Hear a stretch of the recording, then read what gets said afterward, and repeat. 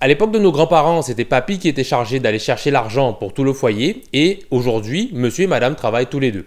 Et à l'époque de nos grands-parents, c'était également mamie qui était chargée de s'occuper de la maison et des enfants, mais aujourd'hui, les couples se répartissent de plus en plus les tâches. Pourtant, alors que les couples des nouvelles générations ne sont plus censés être soumis aux normes de genre, les femmes continuent de ressentir une grosse pression pour s'occuper de la maison et des enfants, et la répartition des tâches est loin d'être équitable, et nous sommes encore de nombreux couples, trop de couples à nous disputer énormément sur le sujet, et dans les pires des cas, ça se termine par une séparation avec les enfants au milieu. Donc personnellement, moi je tiens à ma relation de couple, je tiens beaucoup à ma relation de couple et j'ai pas envie de la perdre à cause de tout ça. Du coup, je me demande comment c'est possible qu'il existe des forces encore plus puissantes que les normes de genre et qui nous coincent dans des disputes à répétition. Quelles sont ces forces? Et est-ce que le combat contre ces forces est perdu d'avance ou alors est-ce qu'il y a quand même moyen de les vaincre? Donc, pour répondre à ces questions-là, la première question que je me pose quand même, c'est à quoi ressemblent les disputes à répétition les plus courantes? Donc en général, tous les couples peuvent se disputer sur des sujets similaires, avec des reproches, des cris, des silences lourds de sens et aussi des claquements de porte.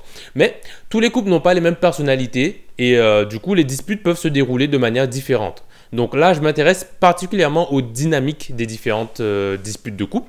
Et je vais prendre 4 exemples pour illustrer 4 disputes qui concernent le même sujet, mais qui ont des dynamiques différentes. Donc pour l'exemple du couple numéro 1, disons que bébé pleure et madame va s'occuper de bébé et elle se rend compte qu'il a besoin d'être changé. Sauf que les affaires pour changer le bébé ne sont pas rangées du tout et ça lui rend la tâche plus compliquée. Du coup, madame ne compte pas ranger toute la maison toute seule et elle ne compte pas non plus garder sa langue dans sa poche. Donc elle fait la remarque à monsieur qu'il n'a pas bien rangé la chambre de bébé.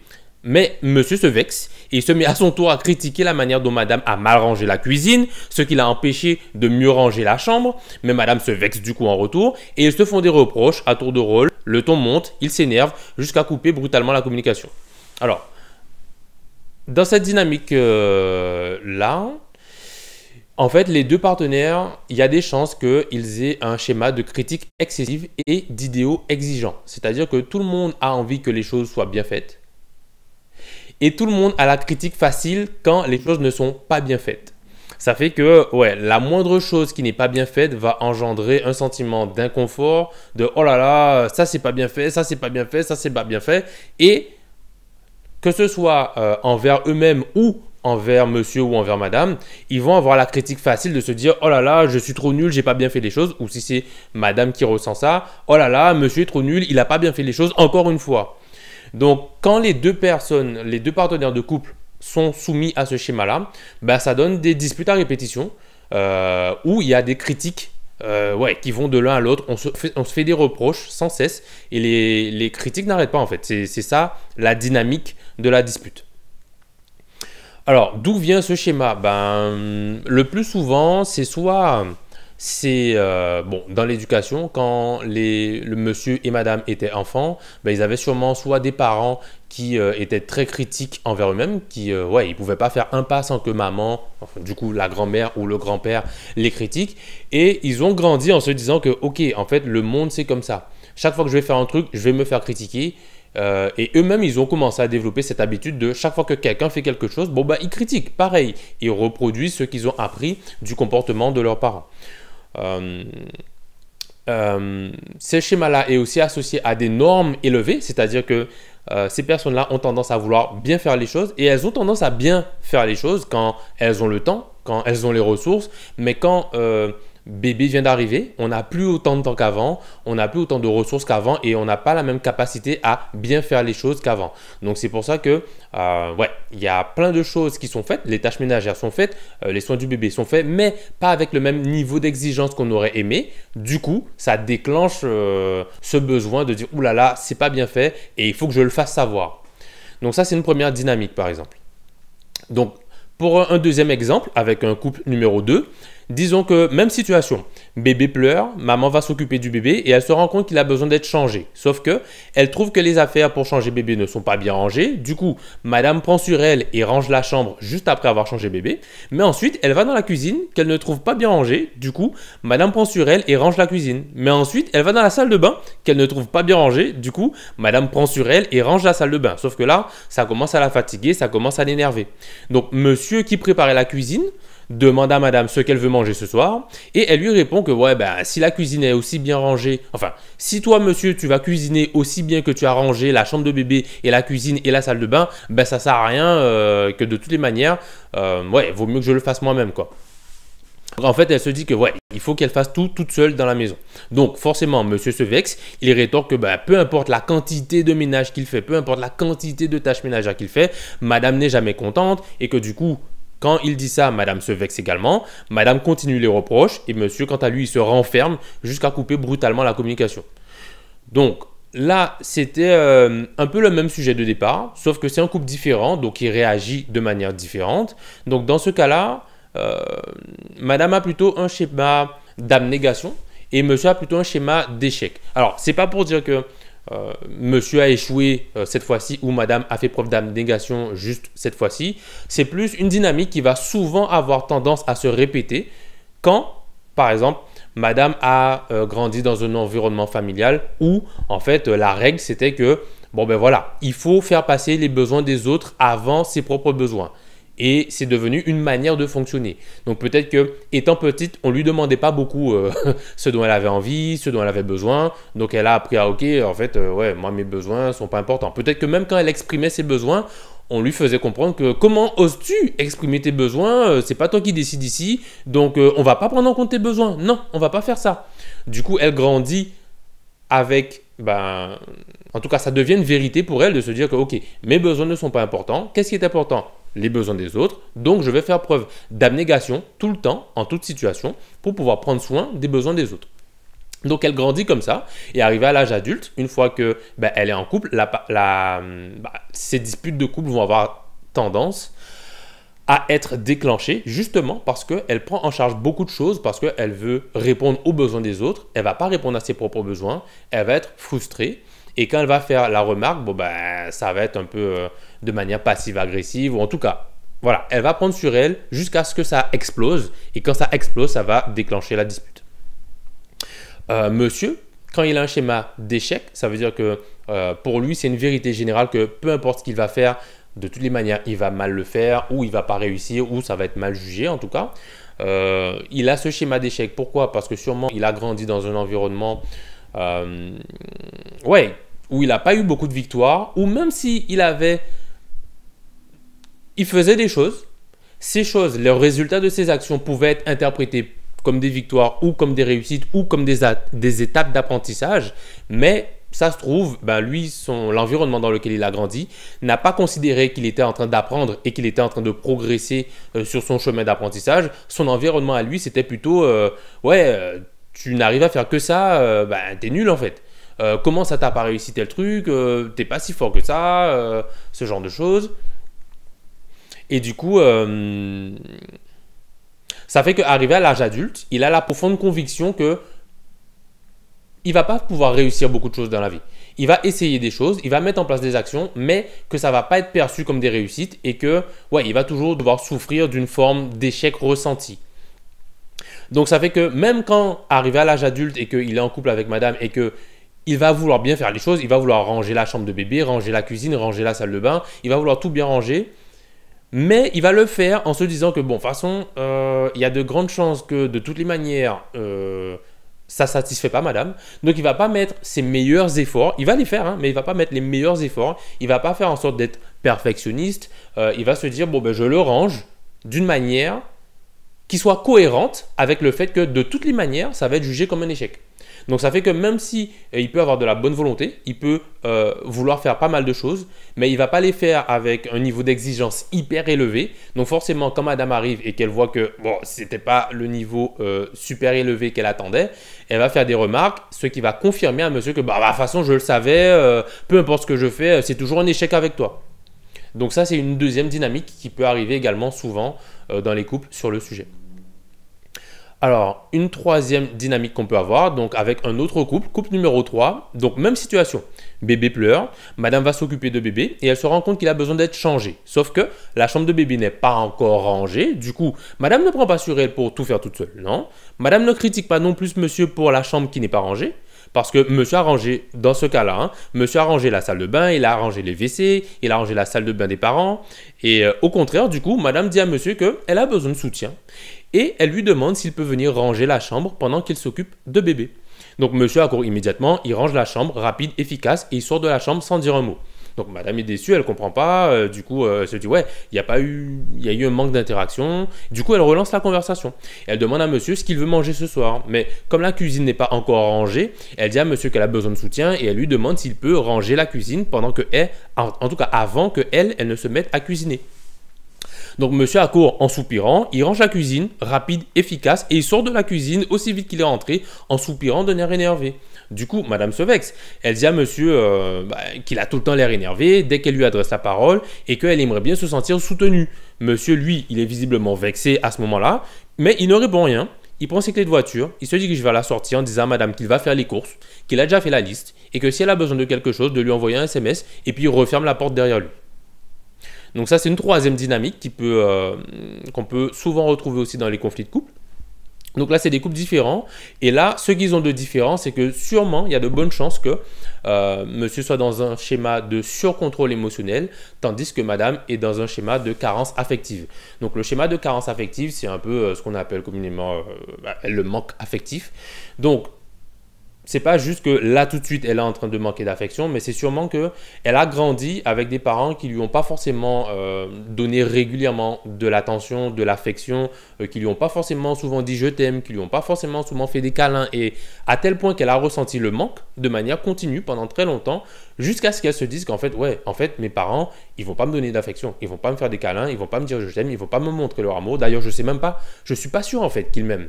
Et elle grandit avec cette croyance profonde que je sens que j'ai pas suffisamment d'affection et je suis pas sûr que les gens qui m'entourent ils m'aiment vraiment. J'en sais rien. Et il faut tout le temps qu'elle aille checker pour savoir est-ce que tu m'aimes vraiment, est-ce que je compte pour toi, voilà. Et monsieur, s'il a le schéma effectivement de surcontrôle émotionnel, il y a de grandes chances qu'il ait grandi dans un environnement où on lui a appris à ne pas montrer ses émotions, à ne pas pleurer, à ne pas paraître triste, à ne pas paraître énervé non plus, peu importe les émotions. Souvent, il y a les garçons, ça pleure pas, mais pour que ce soit arrivé à un schéma de surcontrôle émotionnel, ça veut dire que peu importe l'émotion qui a été exprimée quand il était gamin, à plusieurs reprises, on lui a fait comprendre que exprimer ses émotions, c'est pas bon, tu ne fais pas ça ici, je ne veux pas te voir en colère, je ne veux pas te voir triste, je ne veux pas te voir peut-être même content, hein. Des fois quand il était trop content, peut-être ses parents étaient un peu rabat-joie et lui ont appris à non, même la joie, tu ne montres pas trop la joie là, tu restes calme, tu t'assois quelque part, tu fais pas de bruit. Donc quand il vit ces situations à répétition, il se rend compte que ok, en fait il ne faut pas que je montre mes émotions parce que quand je montre mes émotions en fait je me fais engueuler. Donc il apprend à ne pas montrer ses émotions et arrivé à l'âge adulte, il apprend toujours à ne pas montrer ses émotions et même quand il ressent des émotions, il se sent limite stressé parce qu'il se dit oulala, je ressens des émotions là, si jamais je les montre, ça va énerver les gens autour de moi. Il faut absolument que je cache, que je les contrôle mes émotions parce que sinon ça va mal se finir, ça va finir en dispute comme d'habitude. Donc c'est ce qui peut expliquer que dans cette situation-là, ce que la dame voulait, c'était oui, monsieur a fait les actions pragmatiques, il a rangé toute la maison, il va faire les courses, mais ce qu'elle veut, c'est se sentir soutenue, c'est sentir qu'on est ensemble, on fait l'activité ensemble, que monsieur lui dise « mais ne t'inquiète pas, ça va aller, moi aussi je galère, mais je vois aussi que toi tu galères », donc de l'empathie. C'est ce qu'elle a besoin. Quand elle dit qu'elle a besoin de soutien, lui, monsieur, il interprète comme tu n'as pas fait assez de choses, mais ce n'est pas vraiment ça qu'elle demandait. Elle demandait plutôt un soutien émotionnel, de la discussion, de l'échange, de l'empathie. Il n'a pas compris ça comme ça et il a pris plutôt comme une critique qu'il n'en fait pas assez. Et même en le prenant comme une critique, il n'a pas exprimé le fait que ce que tu me dis, ça me dérange parce que regarde tout ce que je fais dans la maison et tu t'en rends pas compte, tu fais comme critiquer.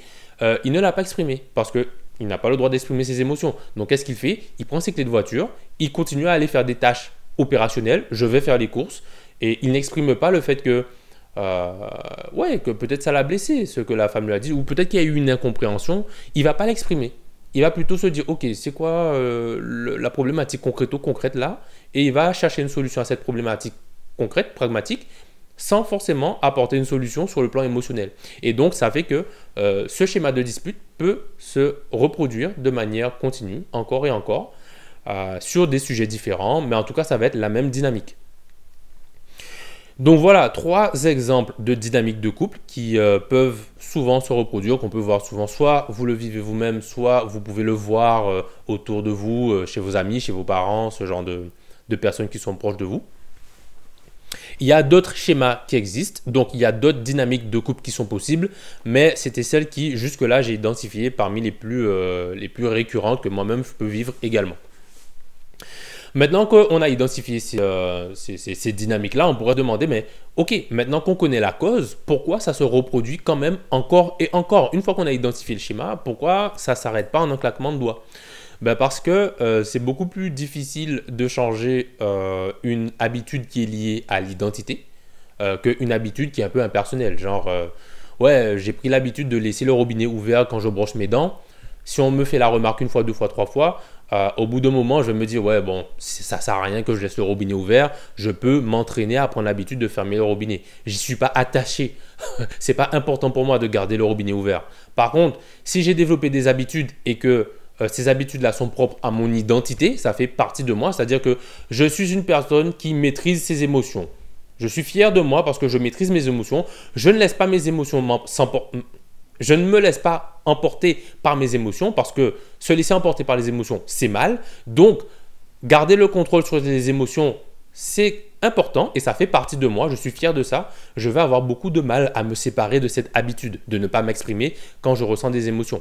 Pareil, si j'ai l'habitude de, quand quelque chose n'est pas parfait, de ressentir un stress et de réagir rapidement en me disant « Ouh là là, j'ai merdé » ou « Quelqu'un a merdé, il faut absolument réparer le problème et je vais réparer le problème ». Donc, j'ai des exigences élevées. Et je vais avoir une critique excessive quand ces standards ne sont pas atteints. Ben, je vais avoir du mal à me séparer de ce schéma-là parce que je me dis que non, moi je suis quelqu'un qui atteint des standards élevés. C'est important pour moi d'atteindre ces standards-là. Je les fais pas juste pour me faire plaisir. Il faut absolument que j'atteigne ces standards. Et si je suis en dessous de ce standard-là, je vais pas me sentir bien. Et je vais tout faire pour remonter le standard. Donc soit je vais faire beaucoup d'actions pour remonter le standard, soit je vais demander ou exiger de quelqu'un d'autre, donc je vais le critiquer pour qu'il fasse ses actions, pour élever le standard. Et ça va être très difficile pour moi de me séparer de cette habitude-là. Et ça va être du coup difficile pour moi d'arrêter les disputes qui sont liées à cette dynamique-là. Donc, c'est pour ça que c'est difficile en fait même si on a connu la cause, même si on reconnaît la cause de la dynamique de couple, pourquoi les disputes se reproduisent comme ça, c'est pas aussi facile de les changer comme ça. Du coup, la question qu'on pourrait se poser, c'est ok, si c'est pas si facile, est-ce même qu'il y a moyen de changer une fois qu'on a identifié qu'on a ce genre de dispute, qu'on a identifié que c'est pas si facile que ça de les changer, est-ce que vraiment on peut les changer? Alors la réponse simple, c'est oui. C'est ce que les gens font tous les jours en thérapie.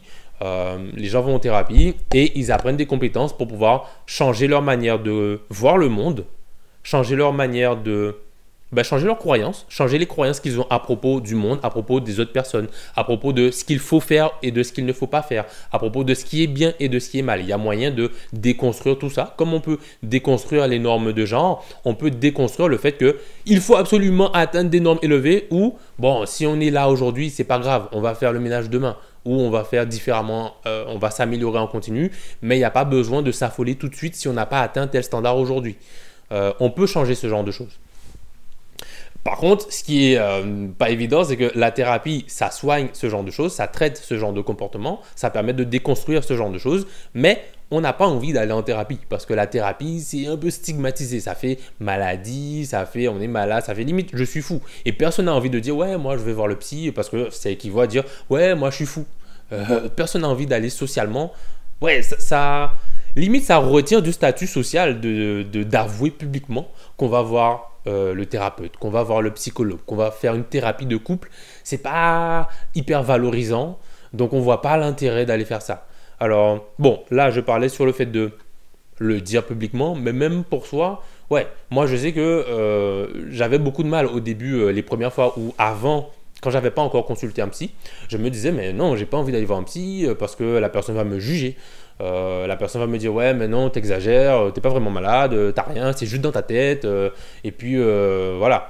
Enfin, plein de choses qu'on se dit parce que c'est stigmatisé. Ça c'est stigmatiser la thérapie, aller consulter un psychologue. Pourtant, c'est derrière la porte du psychologue qu'on trouve ce genre de solution. Pas uniquement, mais on trouve des solutions là-bas. Du coup, pour pouvoir passer au-delà de ça, au-delà de ces freinages-là, et pour pouvoir du coup accéder aux solutions qui sont disponibles pour pouvoir déconstruire la manière dont on voit le monde, la manière dont je voyais le monde, la manière dont j'avais certaines croyances, pour pouvoir changer tout ça, je me suis dit que ok, en fait, il y a des phénomènes mentaux qui sont présents chez tout le monde à des degrés différents. Certaines personnes sont plus exigeantes que d'autres. Certaines personnes font plus preuve d'abnégation que d'autres. Certaines personnes font plus preuve de surcontrôle émotionnel que d'autres. Quand c'est un niveau moyen, bon, ça va. Si ça ne dérange personne, ça ne me dérange pas personnellement et ça ne dérange pas les gens avec qui je vis, bon, on peut ne pas s'en occuper, on peut le passer sous silence, on peut le passer sous le tapis et puis c'est pas grave. Mais si ça a tendance à me générer des situations problématiques dans mon couple, dans ma vie personnelle, dans ma vie professionnelle, là, je vais pas attendre que quelqu'un me dise que je suis malade ou que je sais pas quoi pour aller chercher la solution. Je vais aller voir, je sais qu'il y a des solutions là-bas, je vais aller les chercher. Chose que je ne faisais pas avant, mais que j'ai appris à faire de plus en plus spontanément. Donc, ouais. Donc maintenant qu'on sait qu'on peut changer ce genre de choses, on peut déconstruire tout ça, comment on peut faire? Donc il y a deux grandes choses qui aident la plupart des couples qui vont consulter une fois que le problème devient trop grave pour que ce soit insupportable et qu'on se dise « Ouh là là, il faut qu'on fasse quelque chose, sinon on va se séparer ». Donc en termes de thérapie, il y a deux choses qui sont les plus aidantes. C'est en deuxième position, la thérapie de couple, mais en première position, la thérapie individuelle. Donc, c'est-à-dire travailler sur soi-même pour changer déjà comment moi j'interagis en tant que personne, comment moi je fonctionne avec moi-même en tant que personne, ce qui va m'aider plus facilement à mieux interagir avec mon partenaire de couple. Et en deuxième position, du coup, la thérapie de couple, où là, le but c'est d'essayer de changer à deux. Donc, pour que ce soit plus simple et que ce soit moins stigmatisant, moi, comment je vois les choses, c'est que la thérapie, c'est un outil qui est peut-être stigmatisé, mais qui permet de développer des compétences. Et quelles compétences on va développer en thérapie individuelle? Donc, ça va être premièrement la compétence de la conscience de soi, c'est-à-dire pouvoir identifier ses émotions, pouvoir nommer ses émotions, pouvoir se rendre compte que « Ouh, qu'est-ce que je ressens ?» Ben, ça, c'est de la colère parce qu'il s'est passé tel truc. Parce que la plupart du temps, on est inconscient de ce qui se passe à l'intérieur. On ne sait pas forcément qu'est-ce qui se passe, mais on réagit émotionnellement à ces choses-là et on reste coincé en fait dans l'émotion. Donc la première étape, c'est d'être conscient. Oula, je suis en colère, je suis conscient que je suis en colère, ça veut dire que il ne faut pas que je reste coincé dans cette émotion-là. Et là, on arrive à la deuxième compétence qui est la régulation émotionnelle, la gestion des émotions. Donc, une fois que je suis conscient de mes émotions, que je sais les nommer, que je sais dire pourquoi je suis en colère, que je sais dire, bah oui, en fait, j'ai tendance à me mettre en colère parce que quand telle situation se produit, bon, je ne devrais pas m'énerver, mais il se trouve que ça m'énerve et que je peux rentrer dans une rage pas possible, mais je suis conscient de ça. Une fois que je suis conscient de ça, la deuxième compétence à mettre en place, c'est la régulation des émotions. C'est-à-dire, ok, je ne dois pas rester coincé dans cette émotion de colère, donc je vais aller me calmer. Au lieu de crier, de critiquer, je vais dire, bon, en fait, là, je me rends compte que je suis en colère et j'ai pas envie d'être en train de crier sur toi et tout. J'ai pas envie qu'on soit en train de se disputer. Donne-moi 5 minutes, s'il te plaît. Je vais prendre l'air, je vais essayer de me calmer et puis je reviens et puis on continue la discussion, mais sur de meilleurs termes. Parce que là, ouais, je sens que ça va pas. Donc ça, c'est un exemple de gestion des émotions au niveau individuel. Ensuite, une troisième compétence à développer, c'est la modification comportementale. Donc une fois que je me rends compte que chaque fois qu'il se passe tel événement, j'ai tendance à me mettre en colère et je rentre dans une colère rage et ça me fait dire n'importe quoi et faire n'importe quoi. Maintenant, je vais essayer de changer ces habitudes-là. Donc, c'est pas facile à changer, mais une fois qu'on a travaillé sur la conscience de l'émotion, conscience de qu'est-ce qui déclenche mes émotions et qu'on a travaillé sur la maîtrise, entre guillemets, de l'émotion. Donc, ce n'est pas juste la glisser sous le tapis, mais c'est juste, ok, je suis énervé, il faut que je me calme. Ou alors, je suis triste, j'ai besoin de demander du soutien. Ou j'ai besoin d'aller pleurer tout seul dans mon coin. Ou alors, je suis joyeux, bon, on s'en fiche, mais j'ai peur, j'ai besoin d'exprimer cette peur-là et j'ai besoin de demander à être rassuré. Pas forcément pour critiquer et agresser parce que j'ai peur. Donc dans ce cas-là, je suis coincé dans la peur. Non, quand je maîtrise l'émotion, je reconnais que j'ai peur. Je suis conscient que j'ai peur. Donc je mets des mots dessus et puis je dis en fait j'ai peur. Est-ce que tu pourrais me rassurer sur tel sujet? Bon, c'est facile à dire, mais le but, c'est d'arriver à l'étape 3, en tout cas de maîtriser la troisième compétence, c'est-à-dire de modifier la réaction qu'on va avoir chaque fois qu'on aura une émotion extrême, d'arriver à modifier la réponse comportementale qu'on va avoir pour ne pas rentrer dans une colère extrême, donc la rage, pour ne pas rentrer dans une tristesse extrême, donc la dépression, pour ne pas rentrer dans une peur extrême, donc ouais, les crises d'anxiété. Il va falloir développer de nouveaux comportements une fois qu'on a cette émotion-là. Ok, je suis en train d'avoir peur, il faut que je cherche à me rassurer. Je vais poser des questions pour me rassurer, sans forcément agresser. Ok, je suis en colère, je vais essayer de me calmer. Et puis, je vais essayer d'avoir un comportement qui ne va pas être sous la domination de la colère. Bon, bref, tout ça pour dire que 3 compétences à maîtriser. La conscience des émotions, des pensées, ce genre de choses. Deuxièmement, la régulation émotionnelle, donc pour pouvoir passer d'un état émotionnel trop haut et pouvoir se calmer, se rassurer, s'apaiser, ce genre de choses. Et puis troisièmement, réussir à mettre en place les bonnes actions qui sont en adéquation avec la situation, les actions dont la situation a besoin. Donc ça, c'est sur le plan individuel. Et maintenant, sur le plan de la thérapie de couple, quelles sont les compétences à développer? Donc, premièrement, la communication efficace, c'est-à-dire l'écoute et l'expression, c'est-à-dire savoir exprimer ce que je ressens sans être en train d'agresser l'autre, de critiquer l'autre. Ensuite, l'écoute, c'est savoir écouter l'autre, c'est-à-dire que je peux reformuler ce que l'autre vient de me dire, je peux comprendre le besoin profond, l'émotion qui se cache derrière l'autre personne, parce que quand j'ai travaillé sur moi, sur le plan individuel, et que j'ai appris à reconnaître mes propres émotions, je pourrais plus facilement reconnaître quand mon partenaire est en colère, ou a peur, ou a besoin de soutien, ce genre de choses. Et quand mon partenaire sera en train de faire une rage, une dépression ou une crise d'anxiété, je pourrais reconnaître l'émotion qui est derrière et je pourrais écouter en fait. Écouter sans forcément réagir en disant « Ouais, mais pourquoi? Mais toi aussi ?» Juste écouter, laisser l'autre parler, s'exprimer pour identifier l'émotion qu'il y a derrière, le besoin qu'il y a derrière. Donc, première compétence en thérapie de couple, donc c'est au niveau de la communication. Donc, apprendre à écouter et apprendre à exprimer aussi également. Donc ça, c'est une première compétence. Une deuxième compétence, c'est le soutien émotionnel. Une fois qu'on a écouté, qu'on a exprimé son besoin, pouvoir soutenir l'autre dans son émotion. Une fois qu'on a reconnu que l'autre a besoin d'être rassuré, on peut lui montrer qu'on la rassure et ne pas forcément prendre ses critiques qui sont une expression de la peur ou de la colère, ne pas forcément le prendre personnellement, mais chercher à rassurer l'émotion qu'il y a derrière. Ça, c'est très important. Et puis, une troisième compétence, c'est la modification de la dynamique de couple. Donc, c'est là finalement qu'on arrive à modifier les schémas, enfin, les disputes répétitives qu'on a vues dans les différents cas précédemment. Là. C'est une fois qu'on a maîtrisé toutes ces compétences-là qu'on peut accéder à la compétence ultime de modifier la dynamique de couple. C'est-à-dire, ok, je sais que toi, tu as l'habitude de fonctionner d'une telle manière que, bon, c'est pas de ta faute, mais il se trouve que quand il se passe telle chose, ça a tendance à te mettre dans une colère extrême. Et du coup, tu me dis des choses qui, moi-même, me rendent super triste ou super en colère et qui fait qu'on a des disputes. Et il se trouve que cette dispute, ce schéma-là, se reproduit encore et encore et encore et encore et encore. Maintenant qu'on a compris ça, on a compris ce qui se passe, on a compris quelles émotions sont en jeu, on a compris c'est quoi nos déclencheurs, on a réussi en tout cas, on a appris au fur et à mesure à mieux s'écouter l'un l'autre, à mieux exprimer ce dont on avait besoin l'un l'autre. On a appris à se donner du soutien émotionnel. À ce moment-là, on va pouvoir mettre fin aux différentes dynamiques dysfonctionnelles, aux différentes disputes répétitives, de manière à solutionner le problème qu'on a mentionné au départ. Donc voilà, c'est tout pour cette vidéo sur les normes internes. Donc, j'en dis pas plus. Je vous dis à très bientôt dans la prochaine vidéo.